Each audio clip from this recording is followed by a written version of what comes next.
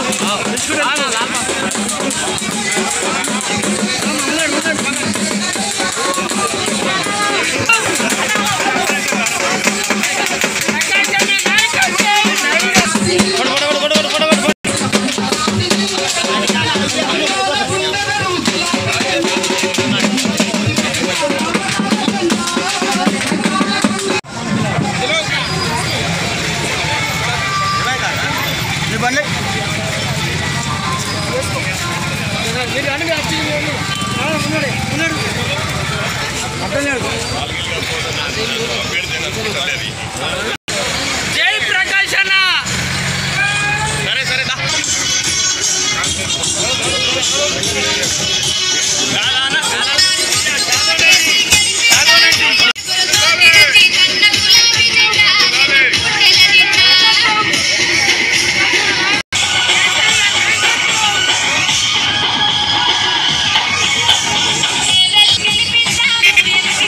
ప్రకాష్ అన్న నాయకత్వం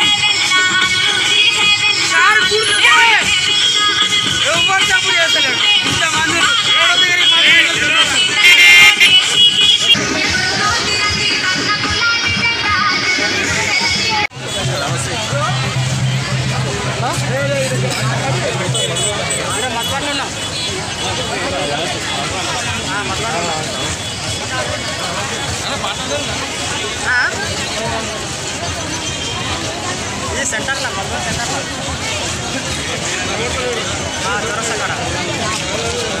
మళ్ళీ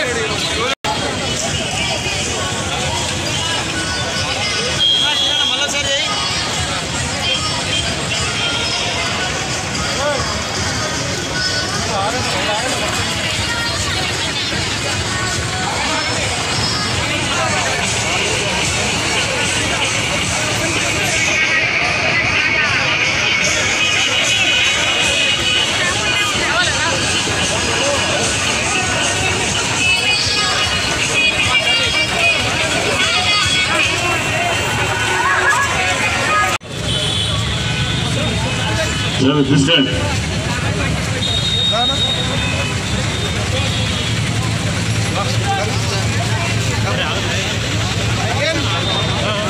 అందరు పబ్లిక్ ఏమన్నా ఆయన ఎమ్మడి ఎక్కడెక్కడ తీసుకుంటున్నారు.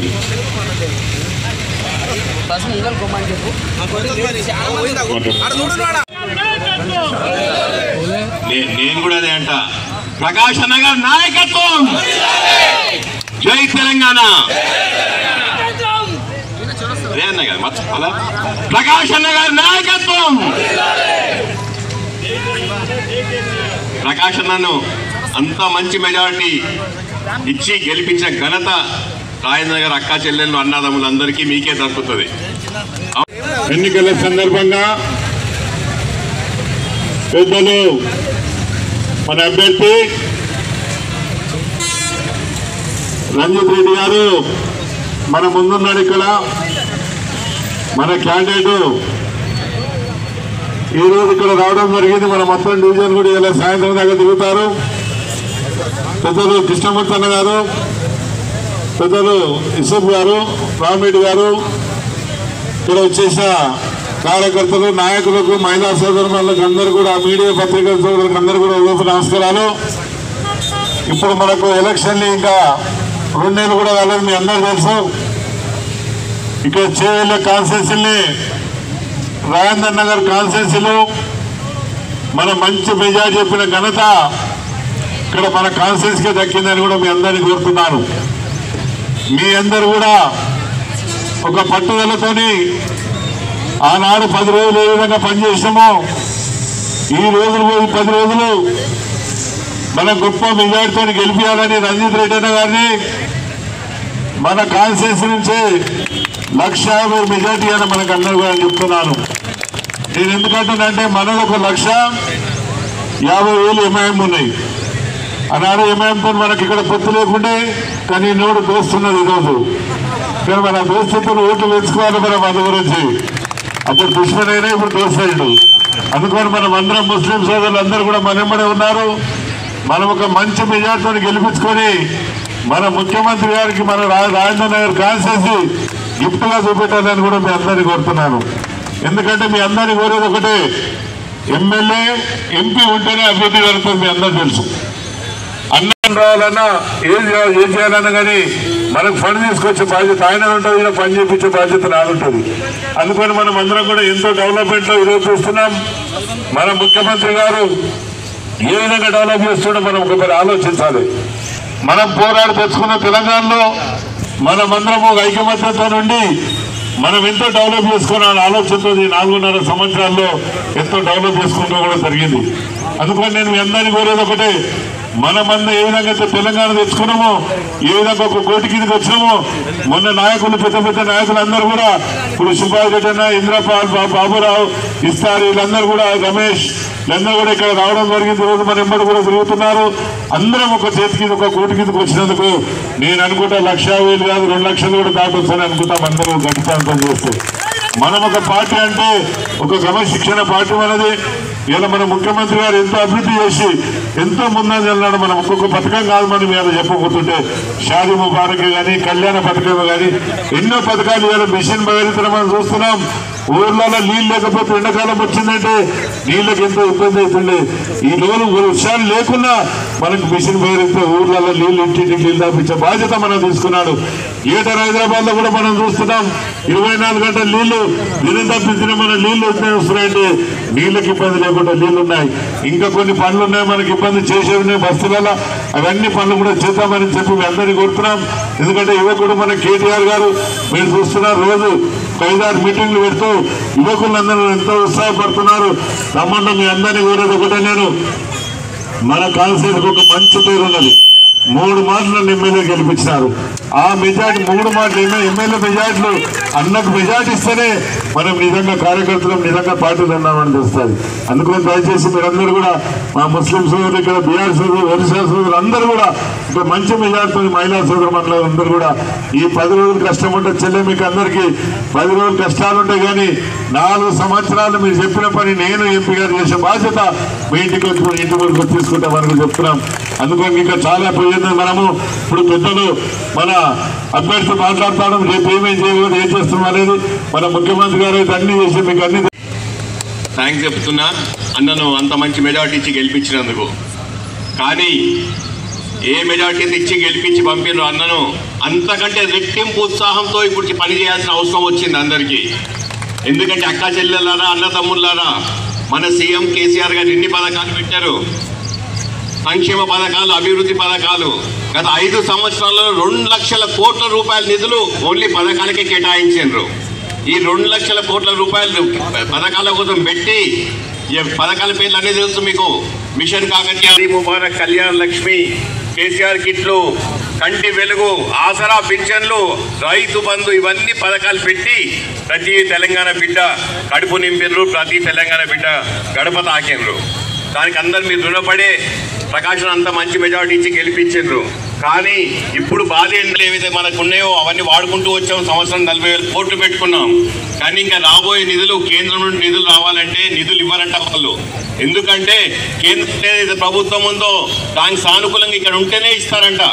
అందుకే సార్ చెప్పిన దాని ప్రకారం మనమందరం 16 సీట్లు గెలిపించి సార్ చేతిలో పెడితే ఢిల్లీకి వెళ్ళి ఈ 10 సీట్లు 116 సీట్లు అంత బలం సార్కి. ఎందుకంటే రాబోయేది సంకీర్ణ ప్రభుత్వం కాబట్టి ఈ 16 సీట్లు చాలా ఇంపార్టెంట్. ప్రతి సీట్ ఇంపార్టెంట్, ప్రతి ఓటు ఇంపార్టెంట్. మీరు కారు గుర్తుకు ఓటేస్తే కేసీఆర్ గారికి వేసినట్టు. కేసీఆర్ అంటే తెలంగాణ అభివృద్ధి. కాంగ్రెస్ కోటేస్తే రాహుల్ గాంధీకి, బీజేపీ కోటేస్తే మోడీకి వస్తుంది. మనకు వచ్చేది ఏం లేదు. మనకు రావాల్సిన నిధులు ఇవ్వమంటేనే ఇస్తలేరు. అందుకే వాళ్ళకి అందరం మొండి చేయి చూపెట్టి మన కారు గుర్తు కోటేయించి 16 సీట్లు సార్ చేతిలో పెడితే సంకీర్ణ ప్రభుత్వం నుండి మనకు రావాల్సిన నిధులన్నీ వస్తాయి. ఇంకొక విషయం, మొన్న బీఫామ్ తీసుకున్నప్పుడు సార్ దగ్గరికి వెళ్ళి అడిగి వాళ్ళకి కావాల్సిన అన్ని ఆపదలు తీర్చినా ఇప్పుడు రాబోయేదంతా హైదరాబాద్ ఎట్లా డెవలప్ చేయాలో చూద్దాము అని చెప్పారు. సంవత్సరానికి 10-12 వేల కోట్లు నిధులు హైదరాబాద్ డెవలప్మెంట్కే పెడతా అని చెప్పారు.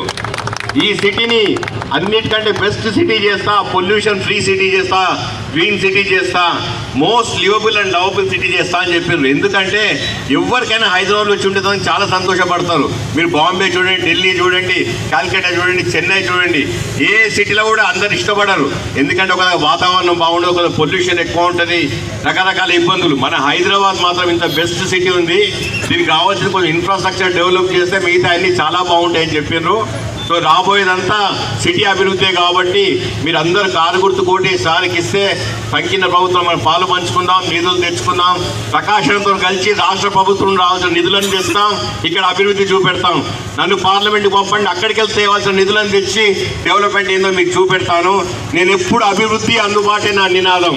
అభివృద్ధికి పాలు పంచుకుంటా, 24 గంటలు అందుబాటులో ఉంటా. ప్రకాష్ అన్న తమ్ముడిని నేను ప్రకాష్ అన్న దగ్గర నేర్చుకున్నా. అభివృద్ధిలో పాలు పంచుకోవాలి, అందుబాటులో ఉంచుకోవాలి. పొద్దున్న 6 గంటలకు మీ మధ్యలో అన్న ఉంటాడు. నన్ను పిలిస్తే 1 గంట లేట్ వస్తా కానీ ప్రకాష్ అన్న ఆఫీస్లో వచ్చి కూర్చుంటా. మీ అందరికి ఎప్పుడు అందుబాటులో ఉంటా. ఢిల్లీ నుండి రావాల్సిన నిధులను తెచ్చి మీకు సేవ చేసుకుంటా. నాకు ఈ అవకాశం ఇచ్చిన కేసీఆర్ గారికి మీ ముందుకు పంపించారు. మీ దీవెనలు కావాలి.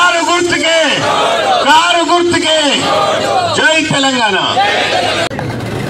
మైలార్దేపల్లి డివిజన్లో రాజేందర్ చేవెళ్ళే కాన్స్టిట్యూన్సీగా అభ్యర్థి పెద్దలు రంజిత్ అన్న గారు రావడం జరిగింది.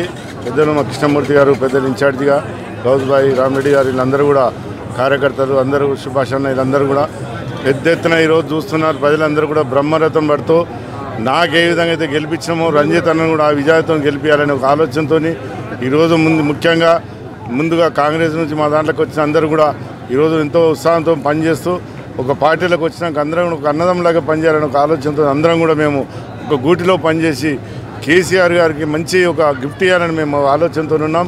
ముఖ్యంగా మేము ప్రజలను కోరుతున్నాం ఒకటే, ఆనాడు కేసీఆర్ అయితే ఏదైతే మాటలు హామీలు ఇచ్చిండో అవన్నీ కూడా చెప్పని హామీలు కూడా ఇవాళ చేయడం జరిగింది. అందుకని బంగారు తెలంగాణ కలగాలంటే చేవెళ్ళ కాన్స్టిట్యూన్సీ అభ్యర్థి మంచి మెజార్టీతో గెలిచి ముఖ్యమంత్రి గారికి గిఫ్ట్ ఇవ్వాలని ఆలోచనతో ఉన్నాం. ఢిల్లీలో 16 సీట్లు గెలిచి ఢిల్లీలో చక్రం దింపే నాయకుడు ఏకైక నాయకుడు కేసీఆర్ గారే అని మేము అంటున్నాం. ఈరోజు ప్రజలందరూ కూడా చూస్తుంటే మీరు అంటున్నారు, మేము ముఖ్యంగా రాజేంద్ర నగర్ కాన్స్టిట్యూన్సీ అంటేనే మీ అందరు తెలుసు, ఈ కాన్స్టిట్యూన్సీ ఎట్లా ఉంటుందో ఎవరిని ఎట్లా గెలవాలో అంతా తెలుసు ప్రజలకు అందరినీ కూడా. ఈరోజు ఇక్కడ కూడా మొన్న ఎలక్షన్లో మంచి నాయకులు వాడి ఎక్కడో దెంకబడి ఇక్కడ కాంగ్రెస్ అయితే మాకు ఇక్కడ కనిపిస్తలేదు. నేను 4 రోజులు చూస్తే ఎక్కడ ఊసలేదు, ఏం లేదు. ఆ నాయకుడు నిన్న మొన్న మా దగ్గర ఉండి పోయినాడు, దాని పెద్ద ఆయన గురించి మాట్లాడేది కూడా అవసరం లేదు. రంజిత్ అన్న ఇక్కడనే యూనివర్సిటీలో చదువుకున్నాడు, ఇక్కడి కాన్స్టిట్యూన్సీ వాడే, ఇక్కడ ఉండేవాడు, ఎప్పుడు కూడా పెద్ద దూరం లేదు. బంజారాయిల్ నాడు బంజారాయిల్ ఎందులో తెలియదు, ఆయన బంజారాయిల్ ఉండే ఈయన బంజారాయిల్ ఉండేది. నేను స్థానిక అనేది మర్చిపోవాలి. నీకంటే ముందున్న చదువుకున్నాడు, చాలా తెలివికల్లోడు. ఈరోజు ప్రజల ముందు కేసీఆర్ గారు ఉంచినారు. అందుకని మేమందరం కూడా అన్నతో నేను పోరాడి గెలిపించి నా కాంగ్రెస్ అభివృద్ధికి ఎక్కువ నిధులు నేను తీసుకొచ్చి పనిచేపించే బాధ్యత నేను తీసుకుంటానని మా ముఖ్యమంత్రి గారి అభివృద్ధి మనం గెలిపిస్తుంది. ఇలా కేటీఆర్ గారు చూస్తున్నారు, యువకుడు హైదరాబాద్ చుట్టూ చుడుతూ మొత్తం బొంగులను దింపుకుంటా ఈరోజు ప్రజలందరినీ కూడా ఆకర్షణ చేస్తూ మంచి మెజార్టీతో గెలిపించాలి ఎంపీలని ఆయన కూడా ఎంతో ఉత్సాహంతో, మేము కూడా దీని అందరూ కూడా ప్రజలందరూ కూడా ఎంతో ఉత్సాహంతో పెద్ద మెజార్టీతో గెలిపిస్తామని చెప్తున్నాం. Thank you.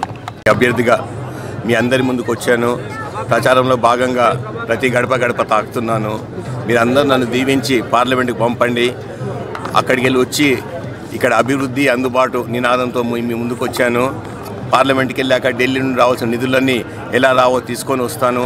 రాష్ట్రంలో ఉన్న ప్రభుత్వం దగ్గర ప్రకాశనతో వెళ్ళి ఇక్కడ రావాల్సిన నిధులు తీసుకొచ్చి రాజేంద్ర నగర్ నియోజకవర్గ అభివృద్ధిలో పాలు పంచుకుంటానని మీ ద్వారా రాజేంద్ర నగర్ అక్కా చెల్లెల అన్నదమ్ములందరినీ సవినయంగా విన్నవించుకుంటున్నాను. కారు గుర్తు కోటేసి అత్యధిక మెజార్టీతో నన్ను గెలిపించమని, నన్ను ఆశీర్వదించి పార్లమెంటుకు పంపమని మీ ద్వారా ప్రతి ఒక్కరిని విన్నవించుకుంటున్నాను.